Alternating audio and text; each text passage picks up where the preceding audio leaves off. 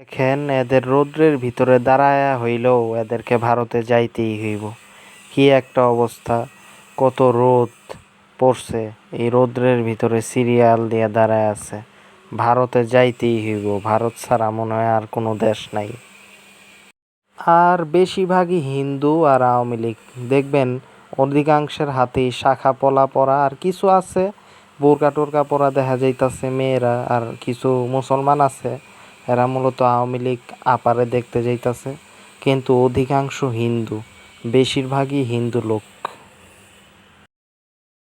দেখেন এই দিকটা কত ছাওয়া আছে, এই ছাওয়ার ভিতরে তাদেরকে না খাড়া করায়া তাদেরকে রৌদ্রের ভিতরে খাড়া করায় রাখছে যমুনা ফিউচার পার্কের ভিসা সেন্টারে।